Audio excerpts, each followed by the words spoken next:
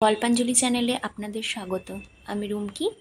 আমার আজকের নিবেদন বিভূতিভূষণ বন্দ্যোপাধ্যায় রচিত ছোট গল্প 22 বছর।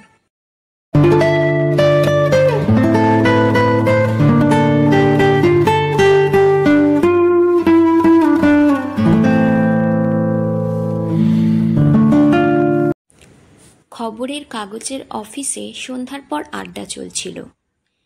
তরুণ শব্দটার ওপর ভয়ানক জোর দিয়ে কথা বলা তখন দিনকতক খুব চলেছিল। সেই সময়কার ব্যাপার। তরুণ সাহিত্যের ভবিষ্যৎ, তারুণ্য, তরুণ দৃষ্টিভঙ্গি, তরুণ সমিতি, তরুণের অভিযান, তরুণের জয়যাত্রা, মাসিক পত্রিকা ও কথা সাহিত্যে তখন তরুণ বায়ুগ্রস্ত। ওদিকে পরশুরাম তখন কচি সংসদ গল্প লিখলেন, তা নিয়ে দুটো দলের সৃষ্টি হলো। একজন বললে, আহ কি ঠকাই ঠকেছে। আর একজন বললে, যাদের নিজেদের জীবনের পুঁজি বহুকাল ফুরিয়েছে, তাদের প্রাণের ভারে মরচে ধরেছে, তারা তরুণের মনকে বুঝবে কেমন করে? সমস্ত মহি গ্রাস করতে ছুটেছে তরুণের জয়রথ চক্র।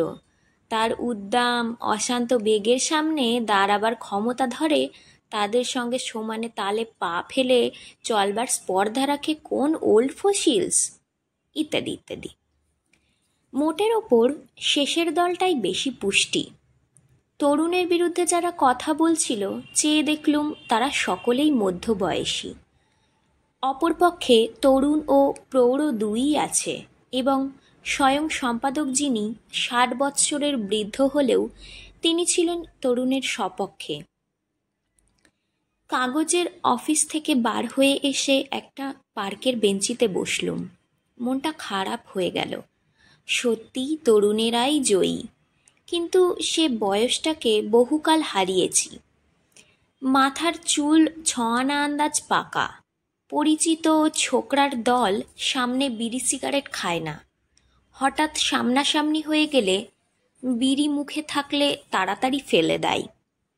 সমীহ করে কথা বলে, আর বয়োবৃদ্ধ লোকের পরিচয় দিতে গেলেই বলে, আগে তার বয়স হয়েছে, এই প্রায় আপনার বয়সী হবেন।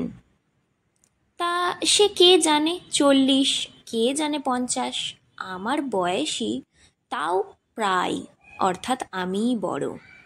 কারণ 20, 22, 25 বয়সের ছোকরারা 40 আর 50 বিশেষ কোনো পার্থক্য বা তফাৎ দেখে না। এদিকে বাড়িতেও বড় সংসার। সেখানে ছোট ছোট ছেলে মেয়েদের মুখে বাবা বাবা অনবরত শুনতে শুনতে মনটাও অনেকটা গম্ভীর প্রবীণত্বের দিকে ঝুঁকে ঢলেছে বইকি। ছোট মেয়েটা কাছে এলেই বলে, বাবা তোমার পাকা চুল তুলে দেব? না, মনটা খারাপ হবারই কথা বটে। রাত ক্রমে বেশি হলো। পার্কের মধ্যে কুলপি বরফওয়ালা হেঁকে যাচ্ছে। মোড়ের মাথায় বেলফুলের মালা বিক্রি হচ্ছে।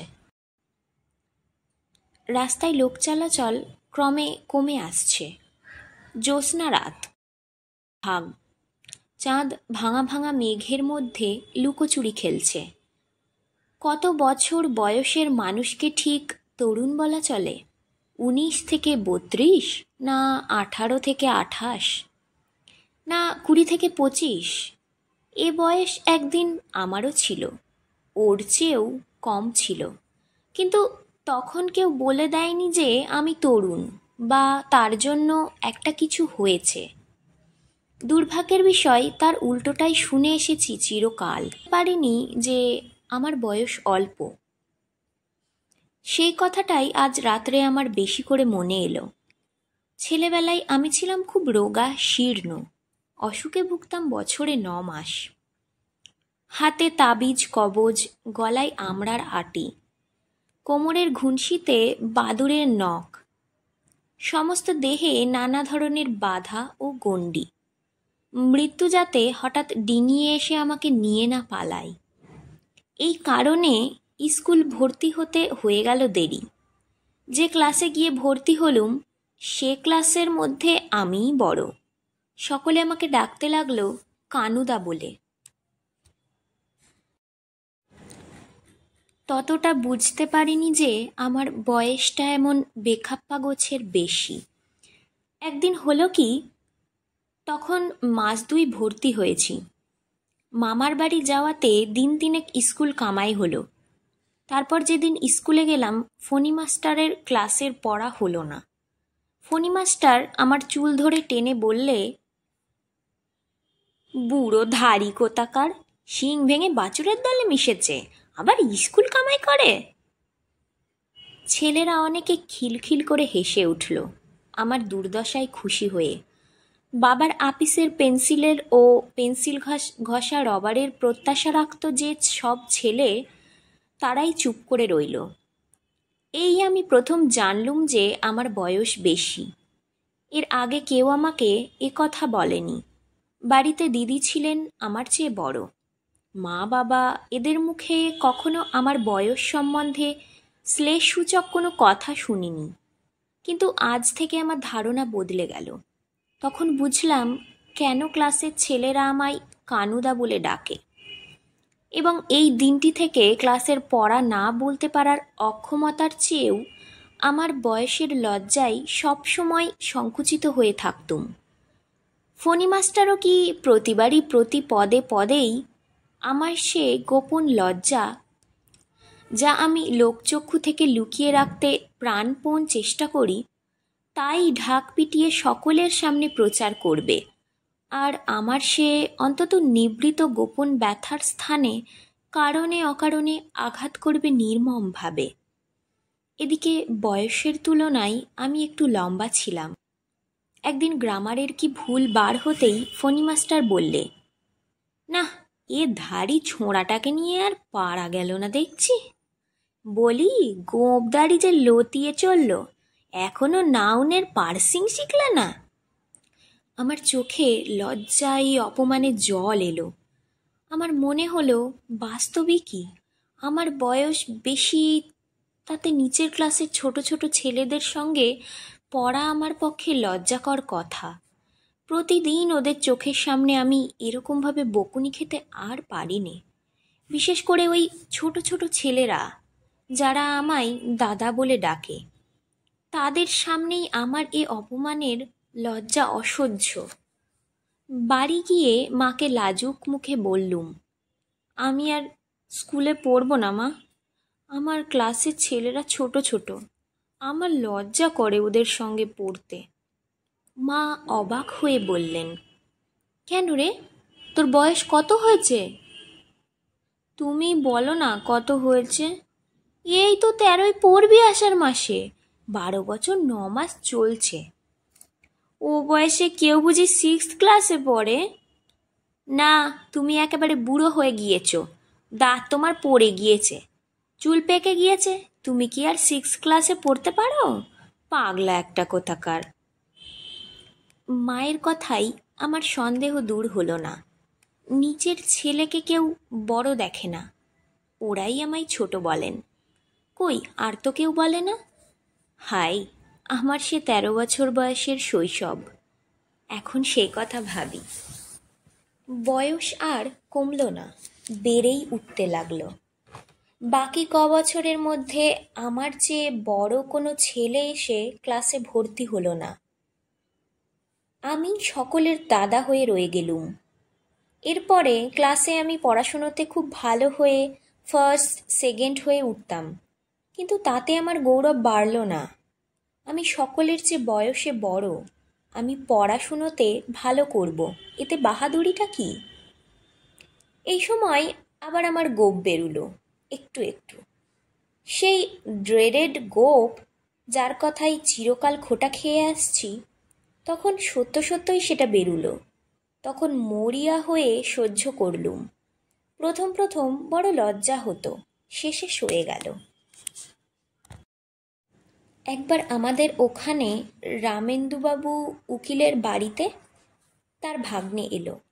তার নাম প্রসাদ, কলকাতায় কলেজে বিয়ে পড়ে। খুব ভাব হয়ে গেল তার সঙ্গে। হঠাৎ কথায় কথায় একদিন সে তার বয়স বললে 19 বছর। আমি মনে মনে হিসাব করে দেখলুম আমারও এই বয়স, অথচ আমি এবার ম্যাট্রিক দেব, আর ও পরে বিএ থার্ড ইয়ার ক্লাসে। ক্লাসের সবাই ঠিক বলে আমার বয়স বেশি। আমি যে পড়াশোনাতে ভালো করব এ আর কি বিচিত্র। ম্যাট্রিক দেবার সময় হেডমাস্টারের কাছে ফর্ম লিখবার সময় অন্য সব ছেলে লিখলে 16, 17। ধীরেন বলে একটা ছেলে 16-র চেয়েও কম বলে তাকে হেডমাস্টার পরীক্ষা দিতেই দিলেন না। আর আমি লজ্জায় মুখ নিচু করে কান লাল করে বয়সের জায়গায় লিখলুম 19 বছর কমাস। এমন বিড়ম্বনাতেও মানুষে পড়ে। এই সময় আমি আর এক দুর্ভাবনায় পড়ে গেলুম। অনেক দিন আগে আমার 8-9 বছর বয়সের মামা এসেছিলেন আমাদের বাড়িতে। তার গোঁফ বেরিয়েছিল, খুব লম্বা চওড়া। তাকে আমার খুব বড় বলেই মনে হতো। আমি তার বুকে হেলান দিয়ে বসতাম সে সময়। আমাকে কাঁধে পিঠে করে নিয়েও কত খেলা করেছেন। তখন শুনেছিলুম মার মুখে যে মামার বয়স 22 বছর। উহ, সে কত বয়স! তার ওদিকে তখন ভাবতেই পারতুম না। আমার শৈশব মনের জগতের অনন্ত কাল সমুদ্রে 22 বছর বলে একটা পরিচিত, একটা সুদূর দ্বীপ। আমার বয়োবৃদ্ধ মামা ছিলেন সেই দ্বীপের অধিবাসী। তার ওদিকে কি আছে আমি জানতাম না, ভাবতেও চেষ্টা করিনি তখন। সেই থেকে 22 বছরের সম্বন্ধে আমার একটা ধারণা ছিল যে যার 22 বছর তার জীবন ফুরিয়ে এলো। এই ম্যাট্রিক দেবার বয়সে আমার হঠাৎ মনে হলো আমার বয়স 20-তে পড়বার আর দেরি নেই, আর সেই ভীষণ 22 বছরে আসবার দেরি মাত্র 2টি বছর। আর মুশকিল বাধল এই যে এতদিন ছিল গোঁপ, এইবার আমার এমন অবস্থাতে এসে পৌঁছতে হলো যে দাড়ি না কামালে আর চলে না। গোঁপ ও দাড়ি দুই হলো। গোঁপ দাড়ি এবং 20 বছরে পা দেবার দেরি মাস কতক মোটে। তারপরে বছর 2 পরেই 22 বছর। কিন্তু তখনকার 2 বছর অনেক সময়, আজকালকার মতো নয়। মন ছিল চিন্তা শূন্য, ফুর্তিবাজ, কৌতুক প্রিয়। 2 বছর আসতে দেরি হয়ে গেল, এলো 22 বছর, চলেও গেল। তখন যদি কেউ বলতো যে আমার বয়স কম, 22 বছর আর এমন কি বয়স, তাহলেও হয়তো তার কথা আমার বিশ্বাস হতো না। যেমন 12 বছর বয়সে বিশ্বাস করিনি মায়ের কথা যে আমি ছোট। কিন্তু 30 বছর বয়সে যেদিন পড়লাম সেদিন থেকে মনে হলো এখন থেকে গম্ভীরভাবে চলাফেরা করতে হবে। সাদা রং ছাড়া অন্য রঙের জামা পরা তো অনেক দিনই ছেড়েছিলুম। এখন থেকে ছোট বড় চুল ছাটা পর্যন্ত ছেড়ে দিলুম। তখন থাকতুম পাড়াগাঁয়ে, সেখানে কেউ কোনো দিন কথা বলেনি যে আমার বয়স খুব বেশি, এমন কিছু নয়। পাড়াগাঁয়ে কি পুরুষ কি স্ত্রীলোক 30-এর পরেই বৃদ্ধত্বে পৌঁছই। মন তো বটেই, চেহারাতেও খানিকটা বটে। কারণ আমাদের মুখশ্রীকে আমরা অহরহ গড়ছি। আমাদের ভাব ও চিন্তার ধারা যেমন ভাস্কর বাঁটালি দিয়ে মূর্তির মুখ গড়ে, এদের প্রভাব আমাদের মুখশ্রীর ওপরে অনেক বেশি। অন্তরের তারুণ্য মুখশ্রীতে তো বটেই, সারা দেহের ওপর প্রভাব বিস্তার করে, এমনকি দৈহিক স্বাস্থ্যের ওপর। বাল্যের কত সুন্দর মুখ ছেলেকে যৌবনে হতশ্রী হীনশ্রী হতে দেখেছি শিক্ষার ও কালচারের অভাবে। বয়স বাড়বার সঙ্গে সঙ্গে কত লোকের দেখেছি বিধাতা যেন তাদের দেহ ও মুখশ্রীকে, এমনকি চোখের দৃষ্টি পর্যন্ত ভেঙে গড়ছেন। এসব অবান্তর কথা যাক। তারপর আজ এতকাল পরে যখন 50-এর কোঠায় বয়স চলছে, কাগজপত্রে লোকের মুখে শুনি 20 বছর বয়স থেকে তরুণ বয়সের নাকি শুরু। মোটের ওপর 22 বছরটা যেন নিতান্ত তরুণ বয়স। এতকাল পরে তা বুঝছি খুব ভালো করেই, কারণ আমার বড় ছেলেরই প্রায় হতে চলেছে ওই।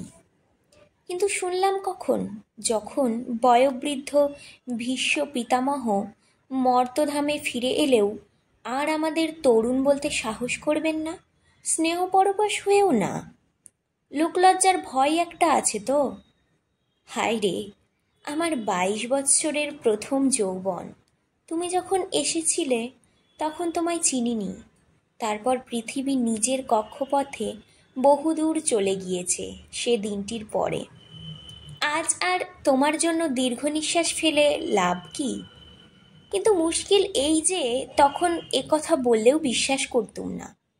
একটা কথা মনে এলো, 24 বছর বয়সে একবার টুরগেনেভের কোনো একখানা বইয়ে পড়ি যে ভালোবাসা, প্রেম, রোমান্স সব তরুণদের জন্য। যৌবন ফুরিয়ে গেলে ওসবের দিন শেষ হলো। কথাটা মনে পড়ে বড় কষ্ট হয়েছিল, এই জন্য যে আমার আর সেদিন নেই। 22 বছরের গণ্ডি অনেক দিন ছাড়িয়েছি, যৌবন কতকাল শেষ হয়ে গিয়েছে। তাই বলছি, যদি কেউ একথা বলতো তখন যে 22 বছরের তরুণ বয়সের অবসান নয়, সবে শুরু, একথা আমি বিশ্বাস করতুম না নিশ্চয়ই। মা তো 12 বছর বয়সে বলেছিলেন আমি ছেলে মানুষ। সে তো নিতান্ত বাল্যকাল। মায়ের কথা কি বিশ্বাস করেছিলাম?